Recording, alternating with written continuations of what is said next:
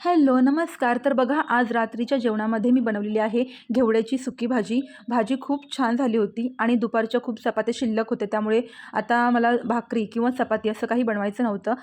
आणि इथे बघा माझं जे शेंगदाण्याचं कूट आहे ना, ते पूर्णपणे संपलं होतं. त्यामुळेच इथे शेंगदाणे भाजून घेत आहे. दररोजच्या जेवणामध्ये ना, भाजीमध्ये आम्ही शेंगदाण्याचं कूट वापरतोच आणि त्यामुळे मी दररोज लागतं म्हणून जास्तीचंच बनवून ठेवते. तर बघा इथे शेंगदाणे भाजून घेत आहे. शेंगदाण्याचं कूट बनवताना ना, आपण शेंगदाणे जे आहेत ते अगदी लो फ्लेमवरती भाजायचे.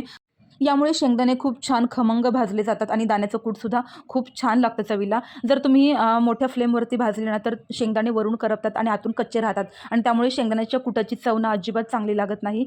तर बघा इथे लो फ्लेमवरती छान 10-15 मिनिटं लागले शेंगदाणे भाजण्यासाठी. तर बघा छान असे शेंगदाणे भाजलेले आहेत. तर आता हे थंड करून मग मिक्सरमध्ये वाटून घेतले.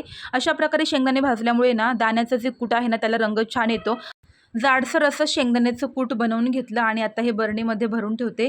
म्हणजे 8 दिवस अगदी आरामात हे कूट पुरेल.